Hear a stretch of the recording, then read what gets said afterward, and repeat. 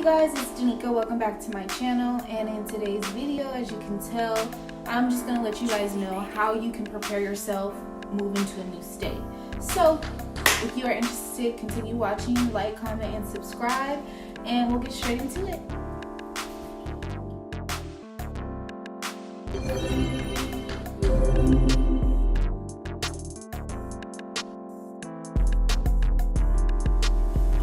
Okay, so first and foremost, the main thing you should be on top of is your cash flow. You need to know exactly how much money you need in order to get from point A to point B, wherever it is that you're going. When I decided that I was actually going to move to a new state, the first thing I did was, save up money. I didn't put my finances together on how much this and that would cost, but I definitely started saving up money. Now, when you're moving to a new city, I definitely recommend you save between $7,000 and $10,000, depending on where you're moving, the apartment you're in, all of that. Save your money is step one to moving to a new state. Step two. Now, step two is very important. You need to make a plan, okay? Where you're gonna live. When it comes to where you're gonna live, how much does it cost to live there? How much is the deposit gonna be? How much is all of the move-in fees? You gotta have a bed, furniture. Now, you don't have to have your whole place decked out, but I definitely recommend that you at least have a dresser to put your clothes in, hangers to hang your clothes, TV, you're gonna need something to watch, and a bed, somewhere to lay your head at, and most importantly, dishes. At least a couple dishes for you to make food, and a plate and food to drink it on, period. How are you gonna make your money? Do you already have a job lined up? Maybe that's something that's what I recommend for sure, is already having a job lined up.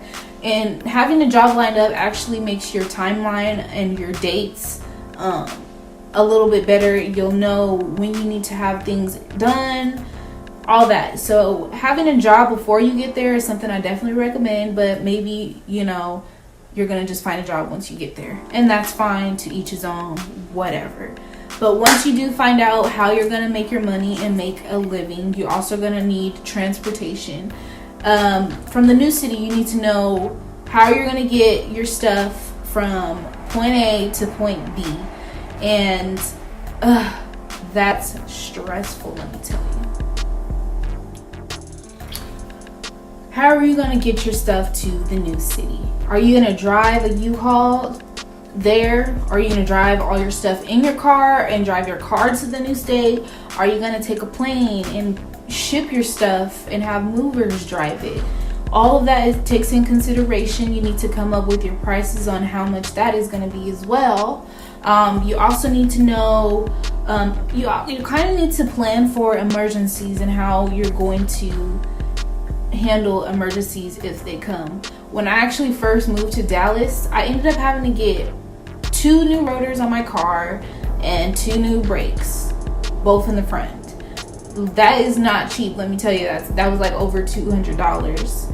Ridiculous. And then I also had like several flat tires, things like that. You definitely have to take in consideration. You need to have your money planned for emergencies. So once you actually get to the new state and you found a house to live in, you have your apartment, you have your vehicle or transportation, you know where you're working, you have all that information figured out, okay? So, that'll be like, probably like 3 to 4 months into your new move. That's when everything else is going to start coming, okay? At that point, you're going to have to change all of your information. Now, I moved to Texas, and Texas gave me 30 days to get my new registration for my car. They gave me 30 days to do that, and they said that you would be fined. I didn't get a fine, and I didn't do it in 30 days. But it was $200 to get my car registered from Colorado to Texas. Another expense that you're going to have to prepare for.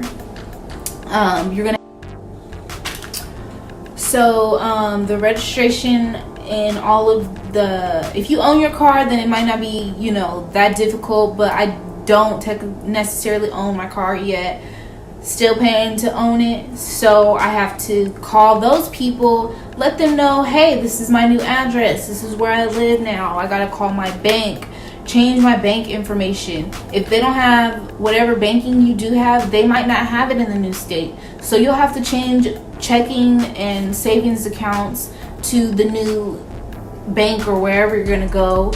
Otherwise, you're gonna have to, you know, change your address information with your bank. You're gonna have to change your healthcare information. You need to know that you need to make sure you have healthcare insurance going to the new state. You know, how are you, if you got to go to the emergency office, how is that gonna get paid? If you have to change your prescription on your contacts, how is that gonna get done?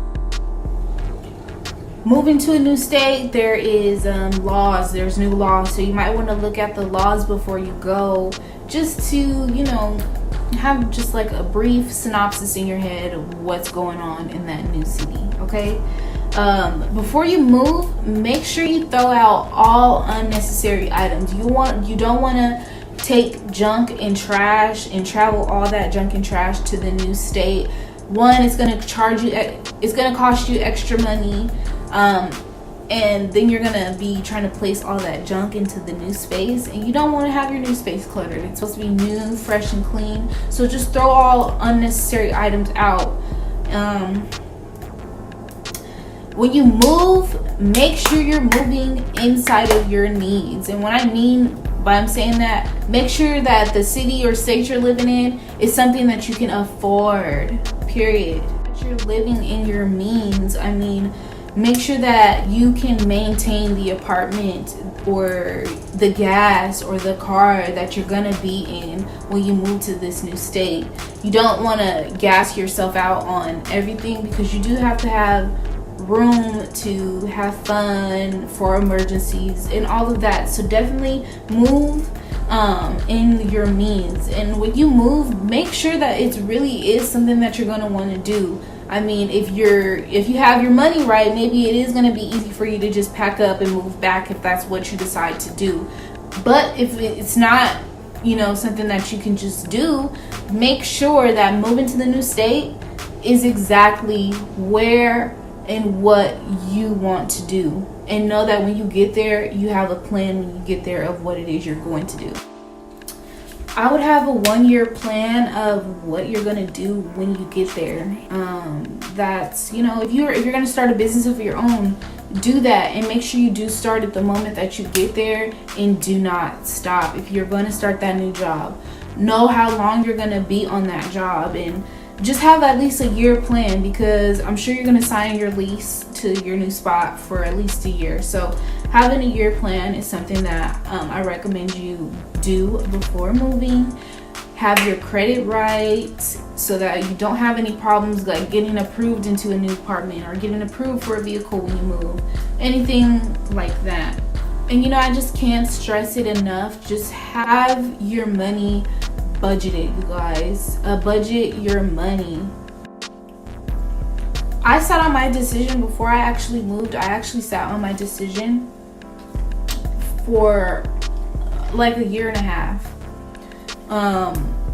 I thought I was gonna end up in Atlanta, but I actually ended up in Texas. Atlanta is something I might still do, never know, because I'm not really trying to settle in Texas or this be like my forever home. It may be, it may not be, I'm not sure in that, but I'm not settling myself yet.